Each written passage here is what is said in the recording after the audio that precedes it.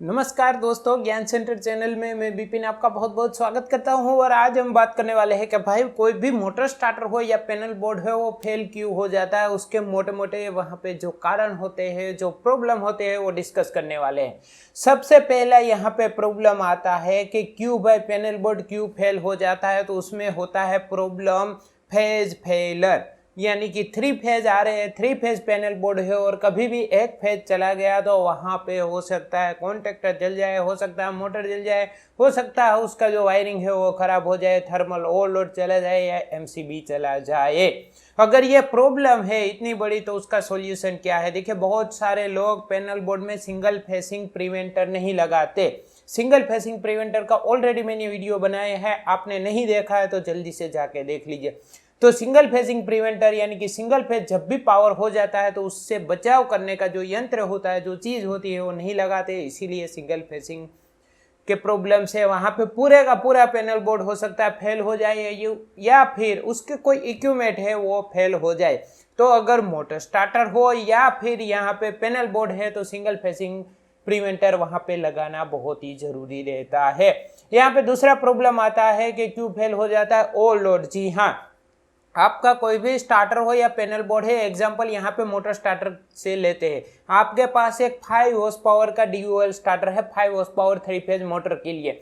अगर आपने वहां पे मोटर चेंज कर दी, 7.5 हॉर्स पावर की मोटर वहां पे लगा दी और हो सकता है आपका रिले ट्रिप करता हो तो आपने रिले से थर्मल ओवरलोड रिले चेंज कर दिया, नहीं उसका वहां पे वायरिंग चेंज किया, नहीं कॉन्टेक्टर चेंज किया, नहीं एमसीबी चेंज की, कोई चीज वहां पे आपने चेंज नहीं की और डायरेक्ट वहां पे मोटर रिप्लेसमेंट आपने कर दिया, तो उस कंडीशन में वो जो मोटर स्टार्टर है या फिर जो पैनल बोर्ड है वो ओवरलोड होगा और वहां पे वो चीज फेल हो सकती है।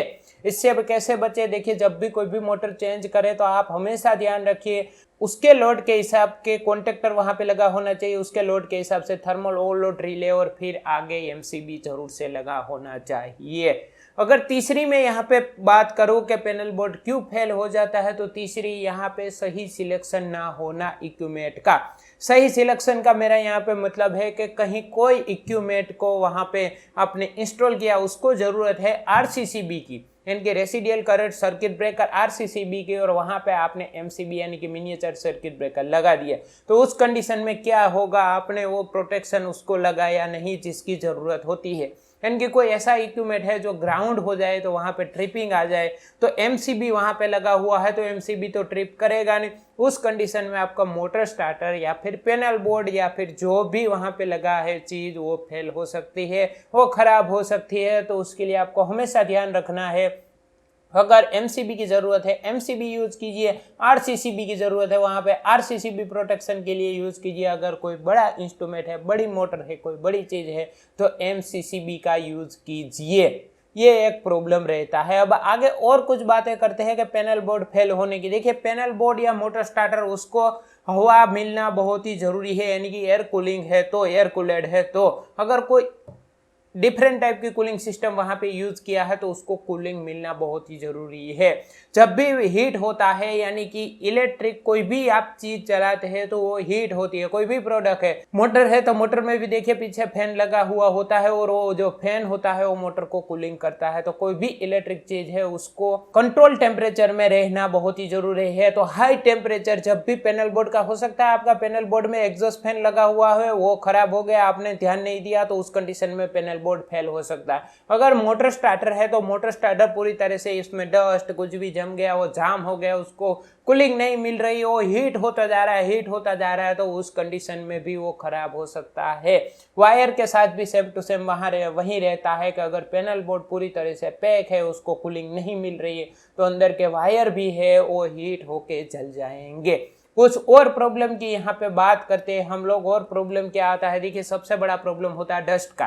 टाइम टू टाइम अगर पैनल बोर्ड है, मोटर स्टार्टर है या फिर कोई भी इलेक्ट्रिक चीज है, उसका क्लीनिंग नहीं होता, उसकी सर्विसिंग नहीं होती है, तो वहां पे डस्ट जमा हो जाती है और वो डस्ट या धूल मिट्टी कचरा जो भी आप बोल ले, वो कचरे के हिसाब से भी आपका पैनल बोर्ड फेलियर हो सकता है, ओवर हीट हो सकता है और आपका जो भी सिस्टम है पूरी तरह से डाउन जा सकता है।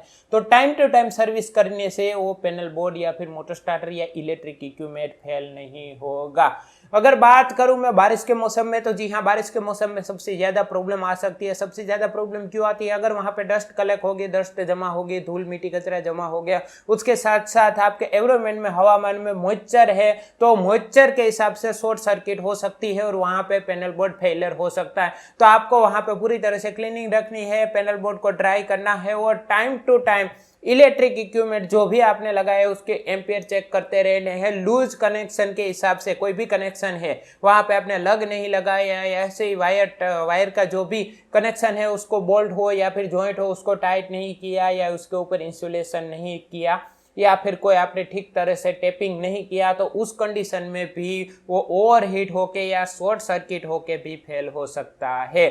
आई होप के वीडियो में आपको समझ में आ गया होगा मोटर स्टार्टर या फिर इलेक्ट्रिक इक्विपमेंट या पैनल बोर्ड क्यों फेल होता है। अगर समझ में आ गया, वीडियो आपको पसंद आए तो वीडियो को लाइक कर दीजिए, वीडियो को शेयर कर दीजिए और हाँ, चैनल को सब्सक्राइब करना ना भूले, क्योंकि इलेक्ट्रिक और टेक्नोलॉजी के बहुत सारे वीडियो आने वाले हैं। जय हिंद, वंदे मातरम।